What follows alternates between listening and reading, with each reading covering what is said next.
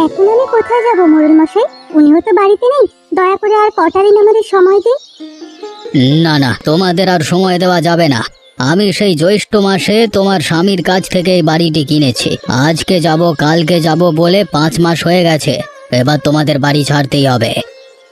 ও ওর এক বন্ধুর কাছ থেকে কিছু টাকা আনতে গেছে। ফিরতে ফিরতে ও বেলা হবে। তখন হয় আপনার টাকা আমরা ফেরত দিয়ে দেব, না হলে বাড়ি দিয়ে বিদায় হব। না না, আমি আর এক মুহূর্ত সময় দেব না। তুমি এখান থেকে বিদে হবে, না হলে ঘাড় ধরে বিদে করব।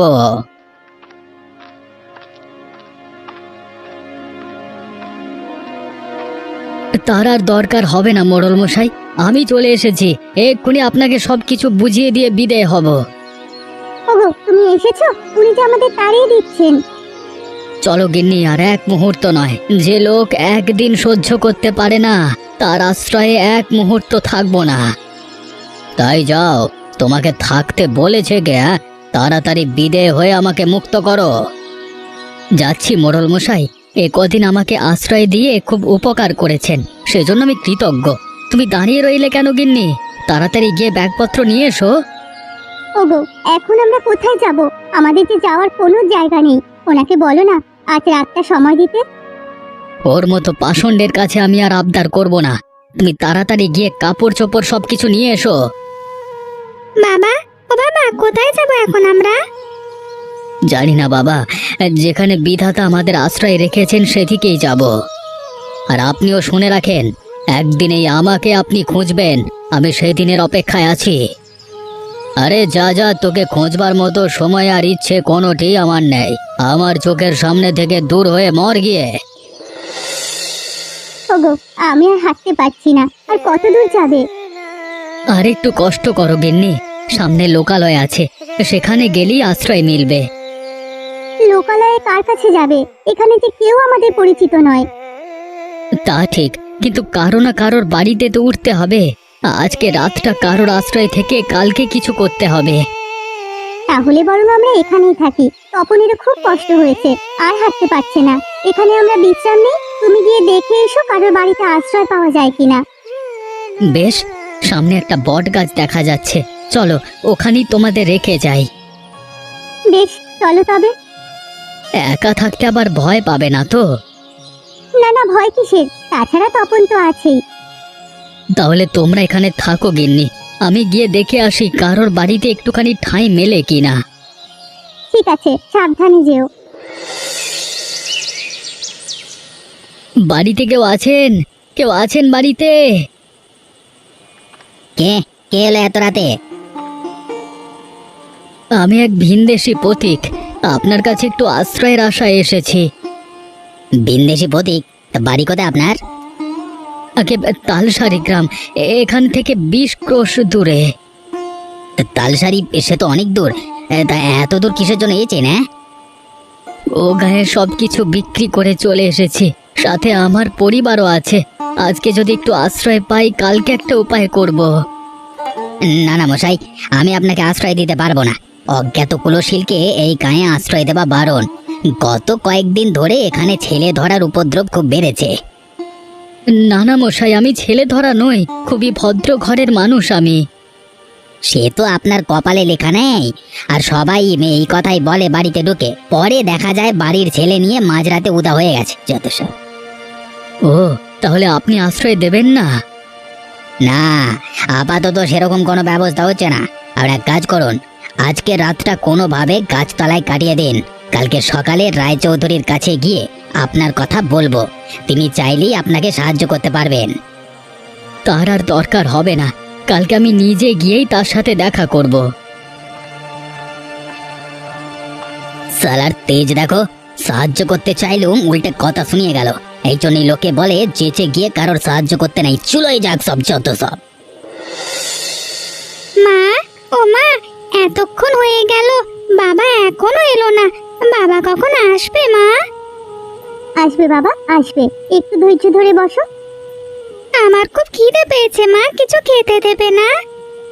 তোর বাবা আসুক, বলবো দোকান থেকে কিছু কিনে দিতে। আচ্ছা মা, এই বট গাছের ভেতরে কি থাকা যায়? ধুর পাগল, গাছের ভিতর কি মানুষ বাস করে? হ্যাঁ মা, দেখো গাছটার ভেতরে কত বড় একটা কুটুরি। আরে তাই তো, এমন কুঠুরি তো কোনো গাছে দেখিনি। চলো মা, ভেতরে গিয়ে দেখে আসি।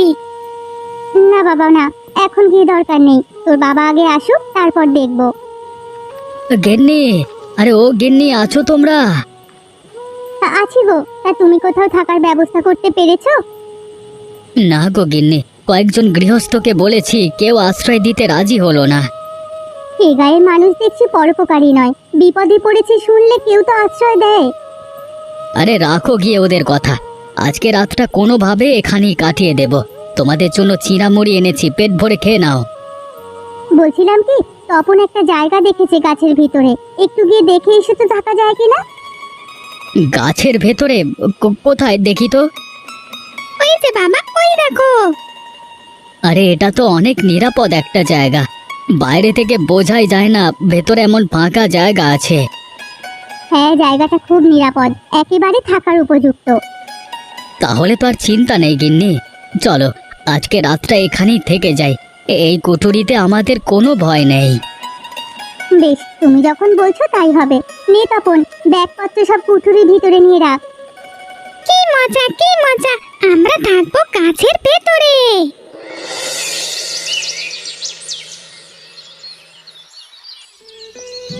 কটা মুড়ি খেয়ে কিছু একটা ব্যবস্থা করো, এইভাবে আর কতদিন?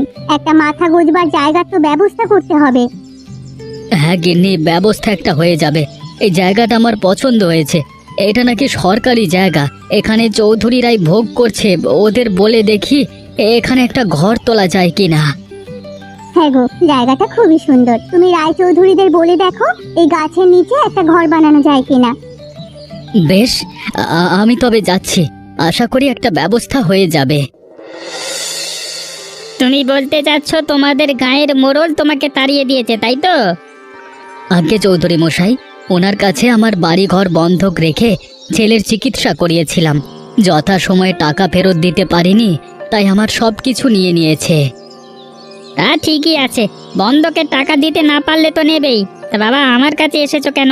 আমি কিন্তু নতুন কিছু বন্ধক দিয়ে টাকা করে দিতে পারবো না। না না চৌধুরী মশাই, আপনার কাছে সেজন্য আসিনি। আমার কিছু কি আছে যে বন্ধক রাখবো? আমি এসেছি এ গায়ে বাস করবার অনুমতি নিতে। এই গায়ে বাসের জন্য অনুমতি লাগবে কেন? নতুন একটা বাড়ি দেখে উঠে পড়ো না। সেই বাড়ি তো পাচ্ছি না, আর হাতে টাকা করিও তেমন নেই, তাই ভাবছিলাম ওই বটগাছটার নিচে আপাতত একটা কুঁড়ে ঘর বানিয়ে থাকতে। বটগাছ বলতে মানে গায়ের পাশে যে বুড়ো বটগাছটির কথা সেটা বলছো? ওখানে থাকে কে? হ্যাঁ, জিন ভূত আড্ডাখানা? সে নিয়ে আপনি চিন্তা করবেন না, দেখবেন কদিনের মধ্যে সব পরিষ্কার পরিচ্ছন্ন করে একেবারে হাট বানিয়ে ফেলবো। ঠিক আছে, যাও তবে, গিয়ে সব কাজ শুরু করো। চৌধুরী মশাই, মানে হঠাৎ করে এদিকে? এসেছি আপনার জমির খাজনাটা দিতে, তা ওই লোক এসেছিল কেন? বিন্দেশি মানুষ গায়ের শেষের বটগাছের নিচে বাস করতে চায়, আমি অনুমতি দিয়ে দিলাম। আর জানোই তো, মানুষের দুঃখ কষ্ট আমি আবার সহ্য করতে পারি না। ও, অবশেষে তাহলে বটগাছটা বটগাছ তলায় গিয়ে ভিড়েছে। আমার কাছে এসেছিল কালকে রাতে, আশ্রয় দেয়নি। আর ঘরে জায়গা দিলে কখন কি করে বসে বলা তো যায় না। ভালো করেছো, মানে উটকো লোককে আশ্রয় দিতে নেই। তা চা খাবে? চা আনতে বলি? হলে মন্দ হয় না, চা খেয়েই তবে আপনার খাজনার হিসেব দিই। বেশ বেশ, আমিনু, এর চা দিয়ে যা তো। মা, ও মা, বাবা তো এখনো এলো না, বাবা আসবে কখন মা? আসবে বাবা, আসবে। চৌধুরী বাড়িতে গিয়েছে বাবা, তার সাথে পাকা কথা সেরে তারপরে আসবে। ওখানে কি এত কথা বলছে মা? শুনলি, আমরা এই বট গাছের নিচে ঘর তৈরি করব, রায়চৌধুরীর কাছে তাই অনুমতি নিচ্ছে। গিন্নি, আরে ও গিন্নি, আছো তোমরা? হ্যাঁ গো, তা বাস নিয়ে এসেছো? হ্যাঁ গিন্নি, চৌধুরী মশাই এখানে থাকবার অনুমতি দিয়েছে, তাই আর দেরি করিনি। জঙ্গল থেকে বাঁশ কেটে নিয়ে এসেছি, ঘোষ মশাইও বললেন কিছু খড় দেবেন। ভালো করেছো, তাতেই একটা ঘর হয়ে যাবে। এখন কিছু খেয়ে কাজ শুরু করে দাও, আমি কটা রুটি বানিয়েছি। এর মধ্যে রুটিও বানিয়ে ফেললে? আটা কোথায় পেলে? হাতে দুটো টাকা ছিল, তাই দিয়ে কিনে এনেছি। বেশ বেশ, তাহলে খেতে দাও, খেয়ে কাজ শুরু করি। গিন্নি, আর একটা খড়ের আঁটি দাও তো, এই জায়গাটা এখনো ফাঁকা আছে। আর তো আটি নেই গো, চাল ঢাকতে গিয়ে সব শেষ হয়ে গেছে। বেশ, আজকে তবে নেমে যাই, কালকে ঘোষ বাড়ি থেকে আঁটি এনে এখানে দিয়ে দেব। হ্যাঁ গো, ঘর দর তো সব হলো, এবার কথা খাবারের আয়োজন করতে হবে। তা করো, আমার খুব খিদে পেয়েছে। কিন্তু ঘরে তো কিচ্ছু নেই, কি দিয়ে রান্না করব? দাঁড়াও, আমি এক্ষুনি দোকান থেকে চাল ডাল কিনে আনছি, এর আগে একটু স্নান করে নি। আচ্ছা শোনো, হাতে তো কেবল কটা টাকা আছে, এই দিয়ে কাল অব্দি যেতে পারবো, তারপর কি করবে কিছু ভেবেছো? না গিন্নি, এখনো কিছু ভাবিনি। আমি একটা বুদ্ধি বের করেছি, যদি সে মতো কাজ করো অল্প দিনেই আমরা বড়লোক হয়ে যাব। কি বুদ্ধি গিন্নি? আজ সারাদিন দেখেছি এদিক দিয়ে অনেক মানুষ হাঁটে যায়। হ্যাঁ, এখান থেকে পাহাড়তলি হাট 10 ক্রোশ দূরে, সেখানেই সবাই যাচ্ছে। এত দূরে যেতে আসতে সবার খুব কষ্ট হয়ে যায়, সেই জন্য এই বট গাছের তলে বসে জিরিয়ে নেয়। এখানে যদি একটা ছোট্ট হোটেল খোলা যায় তবে অনেক ভালো হবে। কথাটা মন্দ বলনি গিন্নি, প্রতিদিন কিছু জল খাবারের আয়োজন করলে মানুষের খাওয়ানো যাবে, আর আমাদের হাতেও দুটো কাঁচা টাকা আসবে। তাহলে আজই তুমি হাট থেকে কিছু সওদা কিনে আনো, কাল সকাল থেকে আমি রান্নার আয়োজন করব, দেখি এ কাজে ভাগ্য ফেরে কিনা। বেশ বেশ, তাহলে আমি এক্ষুনি যাচ্ছি, আগে স্নানটা করে নি। ও বাবা, আমিও যাব তোমার সাথে। আয় আয়, তাড়াতাড়ি আয়, আমার হাতে একদম সময় নেই। এত এত মানুষ আসছে হোটেলে, আর এদিকে একটা লোক নেই। এ ভোলা আর বাবলু, এক্ষুনি এদিকে আয়। আমায় ডেকেছো কাকু?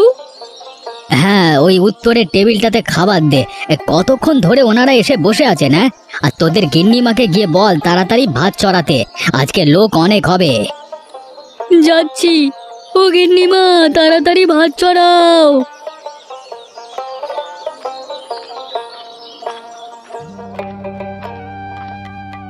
আরে ঘোষ মশাই যে, তো হঠাৎ কি মনে করে? তোমার কাছে এসেছি বিমল, একটা বিশেষ প্রয়োজনে। কি প্রয়োজন বলুন না ঘোষ মশাই, সেবারে আপনি যে উপকারটাই না করলেন আমার। আপনার বাড়ি থেকে বাঁশ আর খড় এনে তবেই আমাদের ঘরটি তৈরি করতে পেরেছিলাম, সেই উপকারের কথা বলবার নয়। তা কি জন্য এসেছেন এখানে বলুন?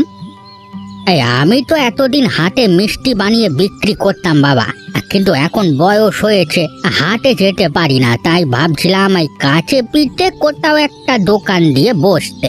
তোমার এখানে তো রোজ রোজ অনেক মানুষ যাতায়াত করে, তাই যদি হোটেলের পাশে একটা দোকান করবার অনুমতি দিতে।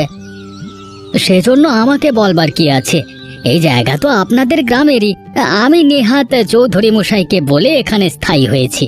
আপনি কালকে থেকেই দোকান নিয়ে বসুন না, আমার কোনো অসুবিধা নেই এতে।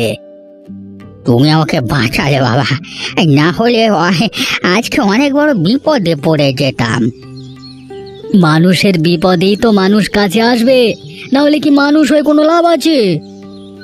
ঠিক বলেছ বাপ, খুব ঠিক কথা বলেছ। এখন তবে আমি যাই, কালকে কথা হবে।